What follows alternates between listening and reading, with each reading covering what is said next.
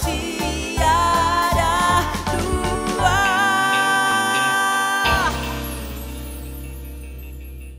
Siapa yang diuntungkan?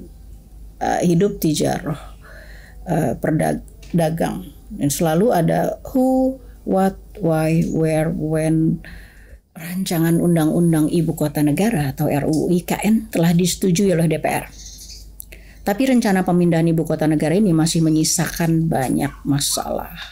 Ya kita juga tuh ada yang berhasil itu ada Brazil ya. Tapi nanti kita lihat karena Brazil itu lama, prosesnya panjang sekali. Lebih banyak yang nggak berhasil daripada yang berhasil.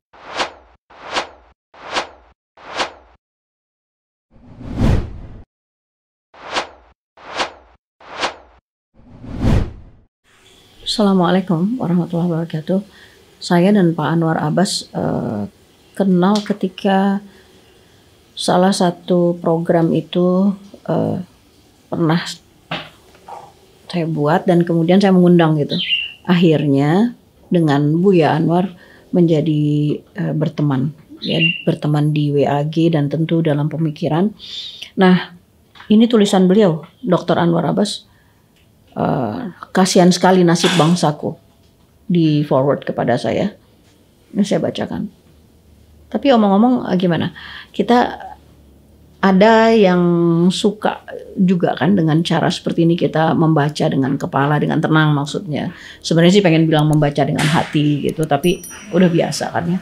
Maksudnya baca kepala tuh, di sini kepala tuh ada otak, dan di otak itu ada sistem limbik. Di dalam sistem limbik itu menentukan gitu loh. Kalau kita hati itu ada di situ gitu loh. Hati itu bukan hatinya ada di sini, tapi kerja hati itu ada di kepala kita gitu kan. Ya. Kita baca ya. Kasihan sekali nasib bangsaku. Saya tidak tahu mengapa negara ini hanya tampak sibuk mengurusi masalah terorisme. Ya baru aja ya ada anggota satu partai baru itu kemudian diasosiasikan dengan satu organisasi begitulah ya kira-kira. Tapi isu terorisme ini terus-menerus bergaung. Oke, kita lihat ya. Apakah hanya ini masalah yang sangat besar yang dihadapi oleh bangsa ini? Apakah mereka tidak melihat masalah korupsi, kolusi, nepotisme, serta falsafah komunisme, sekularisme, dan liberalisme? Liberalisme kapitalisme yang saat ini sudah tampak dengan jelas merebak dan bergentayangan di negeri ini. Apakah itu semua mereka tidak lihat sebagai bentuk ancaman yang malah kalau tidak lebih malah kita lihat tidak kurang berbahayanya, ini katanya Pak Anwar Abbas ya. Di samping masalah radikalisme dan terorisme itu sendiri. Kalau masalah radikalisme dan terorisme mungkin masih bisa dikendalikan oleh BNPT dan Densus 88. Oke, tapi bagaimana halnya dengan KKN? Apakah bisa diatasi oleh polisi, KPK, dan kejaksaan?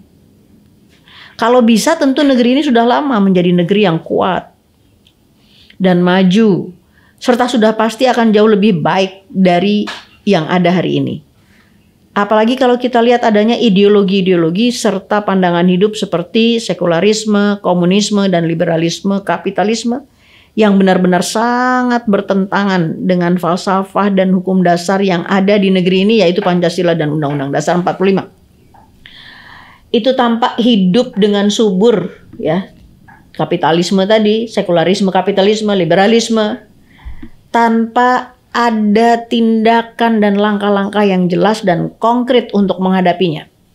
Kalau terorisme mungkin hanya memporak-porandakan tempat-tempat tertentu saja di negeri ini. Tapi kalau KKN dan paham-paham yang bertentangan dengan falsafah bangsa dan hukum dasar yang ada di negeri ini, dia tidak hanya akan merusak tempat dan bagian-bagian tertentu saja dari negeri ini, tapi dia akan bisa merusak dan menghancurkan eksistensi bangsa ini. Karena kalau praktek dan ideologi-ideologi serta paham-paham yang bertentangan dengan Pancasila dan Undang-Undang Dasar 45 tersebut yang dominan dan berkuasa di negeri ini, maka pertanyaannya, apakah masih bisa kita menamakan negara ini dengan NKRI di mana yang menjadi perekatnya selama ini sudah tidak lagi mampu berperan dan berfungsi. Rasanya dengan melihat nasib dan keadaan dari bangsa kita saat ini, saya sebagai pribadi yang cinta terhadap bangsa dan negaranya benar-benar kasihan, cemas, dan khawatir. Karena sikap dan tindakan dari para pemimpin kita saat ini saya lihat seperti tidak tahu dan atau pura-pura tidak tahu tentang masalah-masalah besar apa saja yang akan benar-benar bisa merusak dan menggerogoti fondasi dari bangunan bangsa ini.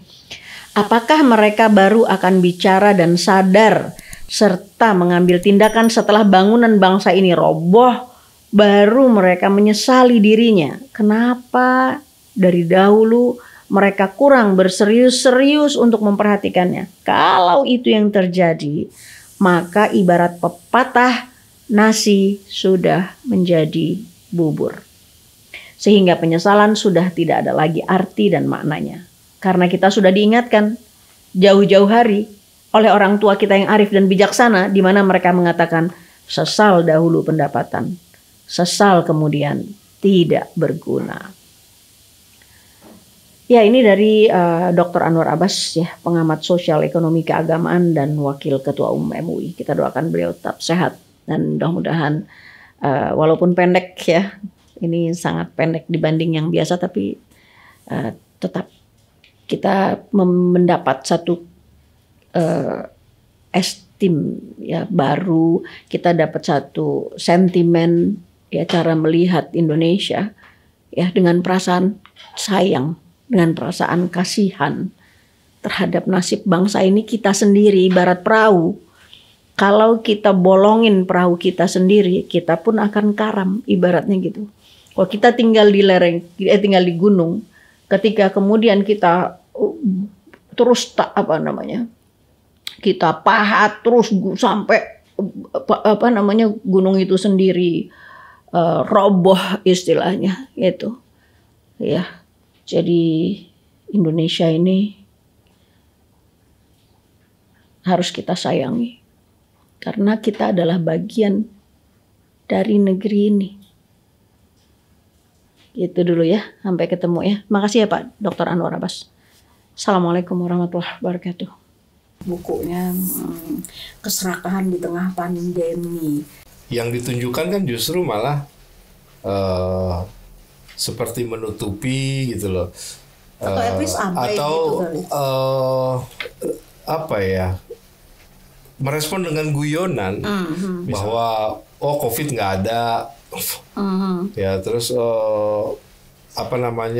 ada yang bilang susah masuk Indonesia karena izinnya susah, gitu. Jadi dibuat bayolan gitu loh, banyolan ini. Nah ini kan akhirnya di mata rakyat itu jadi gimana ya?